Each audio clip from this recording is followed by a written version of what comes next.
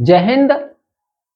माता ज्वालामुखी विज्ञान संस्थान यूट्यूब चैनल में आप लोगों का स्वागत है। आज हम लोग फिजिक्स अर्थात भौतिकी के अंतर्गत स्थिर वैद्युत की इलेक्ट्रोस्टैटिक्स के खंड से एक टॉपिक आवेश के मूल गुण की चर्चा करेंगे। तो चलते हैं हम लोग आवेश के मूल गुण की चर्चा पर विचार विमर्श करते हैं। तो सबसे पहला कि आवेश का जो मूल गुण है, पहला मूल गुण कि आवेश योगात्मक होता है, आवेश एडिटिव होता है। तो इसका कहने का तात्पर्य क्या है कि यदि किसी वस्तु पर, यदि कोई वस्तु A है और इस पर अलग अलग पैकेट्स के रूप में आवेश हमने संग्रहित किए हैं, जमा किए हैं, Q1, Q2,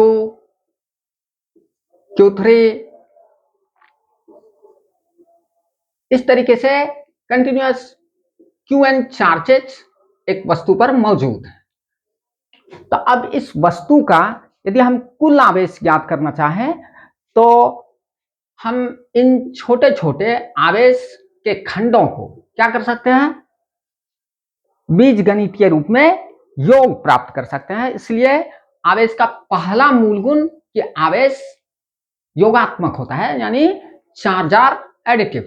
तो हम लोग इस वस्तु के कुल आवेश की गणना करेंगे तो Q नेट इक्वल टू, तो आवेश के इस गुण का यहां प्रयोग करेंगे, सारे छोटे छोटे आवेश के खंडों को हम लोग क्या करेंगे, जोड़ लेंगे। Q1 plus Q2 plus Q3 plus continuous dot dot plus Qn। तो ये आवेश का क्या है, पहला मूल गुण है कि आवेश क्या होता है, योगात्मक होता है, यानी आवेश का बीजगणितीय योग किया जा सकता है, अलजेब्रिक एडिशन किया जा सकता है। तो हम आवेश के पहले मूल गुण की चर्चा किए। अब देखिए कि आवेश क्या होता है। आवेश भी द्रव्यमान की तरह अदिश राशि है, यानी स्केलर क्वांटिटीज है। यदि जिस तरीके से हम जानते हैं किसी वस्तु का क्या है, मास, अब मास है, अब इस मास को हम लोग उसके मैग्नीट्यूड और डायरेक्शन के हिसाब से हम क्या बोल देते हैं कि मास में क्या होता है, मैग्नीट्यूड तो होता है, परिमाण होता है, अर्थात संख्यात्मक मान होता है, लेकिन इसमें डायरेक्शन नहीं होता है।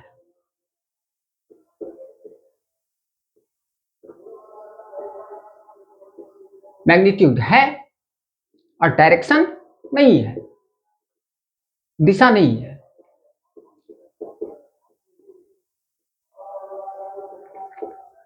तो मास क्या है, अदिश राशि है, स्केलर है,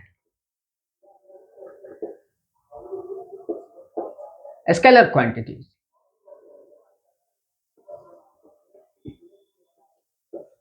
इसी तरीके से यदि इस वस्तु पर चार्जेज मौजूद है,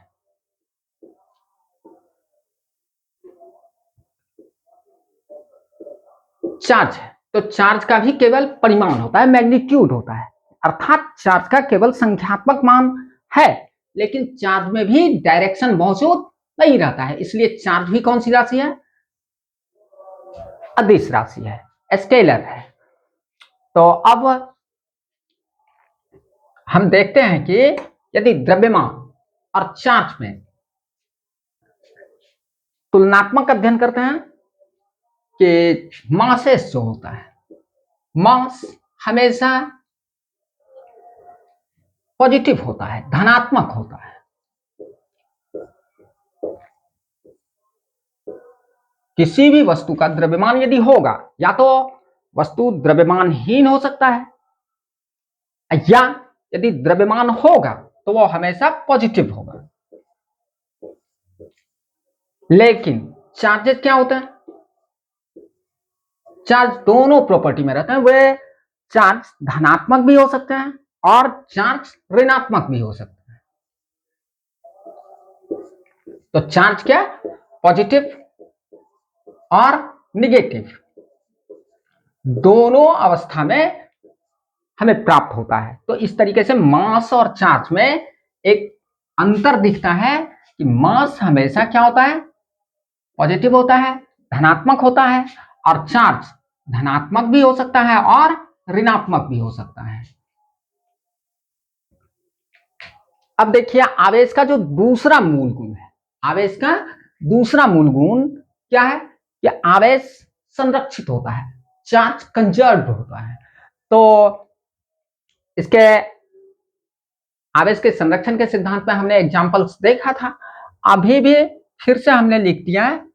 तो युग्म उत्पादन में गामा किरण का इलेक्ट्रॉन और पॉजिट्रॉन में परिवर्तन, कि जब हम लोग देखते हैं कि गामा किरण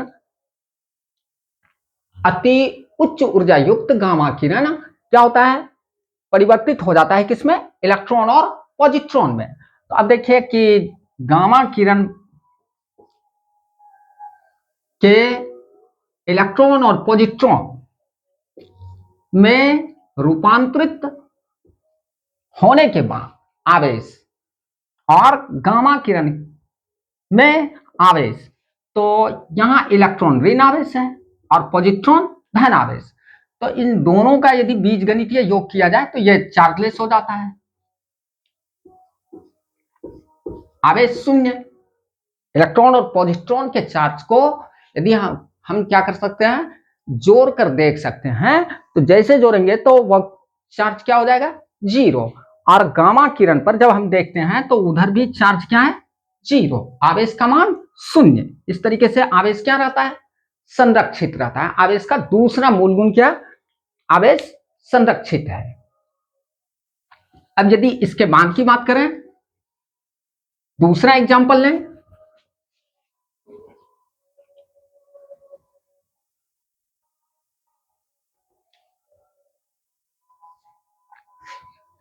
कि रेडियो एक्टिविटी में बीटा किरण की उत्पत्ति के समय कोई न्यूट्रॉन एक प्रोटॉन और एक इलेक्ट्रॉन में रूपांतरित हो जाता है। कि जब रेडियो सक्रियता की बात करते हैं उसे हम अंग्रेजी में रेडियो एक्टिविटी बोलते हैं, और उसमें जब बीटा किरण की उत्पत्ति होती रहती है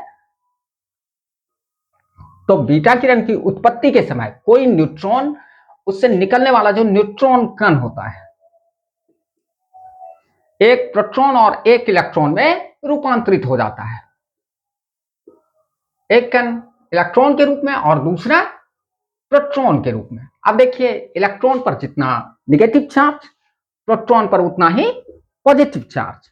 इस तरीके से हम देखते हैं कि बीटा किरण पहले भी, यानी बीटा किरण से जब न्यूट्रॉन निकलता है तो न्यूट्रॉन क्या है, चार्जलेस, आवेशहीन।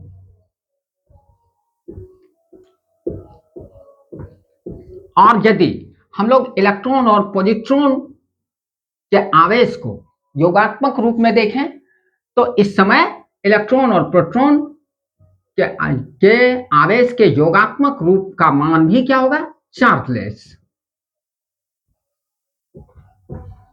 तो इस तरीके से हम दोनों एग्जांपल्स में देख रहे हैं कि आवेश क्या रहता है, कंजर्व रहता है, संरक्षित रहता है। तो हमने दोनों एग्जाम्पल की चर्चा कर ली। अब बोल रहा है कि तीव्र वेग वाले आवेशित कण का द्रव्यमान उसके वेग के साथ क्या होता है, बढ़ता जाता है। कि यदि कोई वस्तु कण क्या है, आवेशित है, चार्जेड है, और उसका द्रव्यमान का मेजरमेंट किया जाए, उसके द्रव्यमान को मापा जाए, तो द्रव्यमान उसके वेग के साथ, यदि कण गतिशील है और वो भी तीव्र वेग से गतिशील है, तो तीव्र वेग से गतिशीलता की अवस्था में हम देखते हैं कि यहां इसका यदि मास m1 है तो यहां मास m2 है, यहां मास m3 है, यानी मास बढ़ते जा रहा है। वेग बढ़ते गया तो वस्तु का कण का मास भी बढ़ रहा है। पर यदि इस वस्तु पर चार्जेज मौजूद है, क्यों, तो ये क्यों क्या है, हमेशा स्थिर रहेगा। उसके वेग के बढ़ने के कारण उसका द्रव्यमान बढ़ सकता है, लेकिन आवेश क्या रहेगा, कांस्टेंट रहेगा, आवेश में कोई परिवर्तन नहीं आएगा।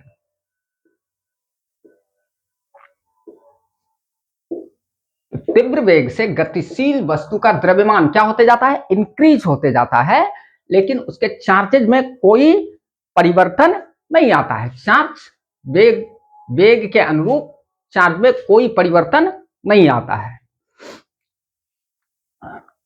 अब तीसरा मूल गुण जो है आवेश का, तीसरा मूल गुण कि आवेश का क्वांटीकरण होता है। अर्थात आवेश का क्वांटीकरण या क्वांटमीकरण, हम लोग दोनों शब्द को बोल सकते हैं।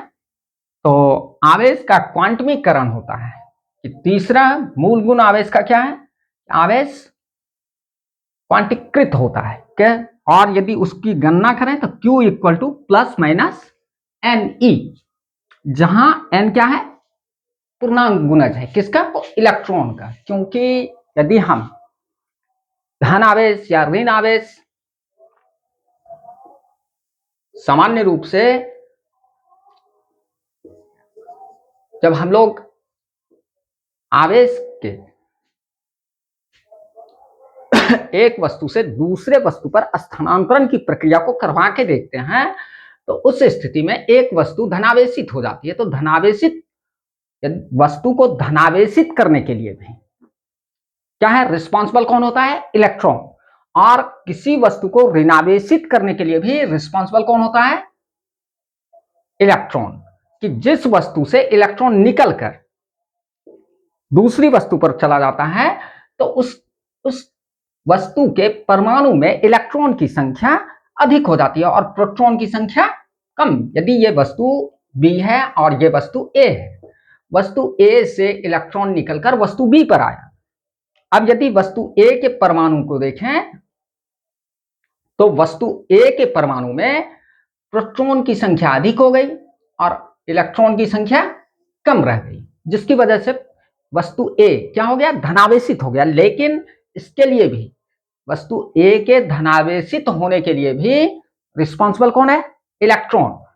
और वस्तु बी के परमाणु को जब हम देखेंगे तो इसमें जितना पहले से प्रोटॉन था, अब अतिरिक्त इलेक्ट्रॉन के आ जाने के कारण प्रोटॉन की संख्या कम गई, घट गई, और इलेक्ट्रॉन की संख्या बढ़ गई। इस तरीके से हम देख रहे हैं कि कोई वस्तु चाहे वो धनावेशित अवस्था में हो या ऋणावेशित अवस्था में हो, उसके लिए रिस्पॉन्सिबल कौन है, इलेक्ट्रॉन ही। इलेक्ट्रॉन ही किसी वस्तु को धनावेशित कर देता है और इलेक्ट्रॉन ही किसी वस्तु को ऋणावेशित कर देता है। जिस वस्तु से इलेक्ट्रॉन निकल गया वो पॉजिटिव हो जाएगा, और जिस वस्तु पर इलेक्ट्रॉन चला गया वहां वो निगेटिव चार्ज हो जाएगा। तो इस तरीके से हमने आवेश के 3 मूल गुण की चर्चा की। अब इसके बाद के टॉपिक पर हम अपने अगले वीडियो में चर्चा करेंगे। तब तक के लिए जय हिंद।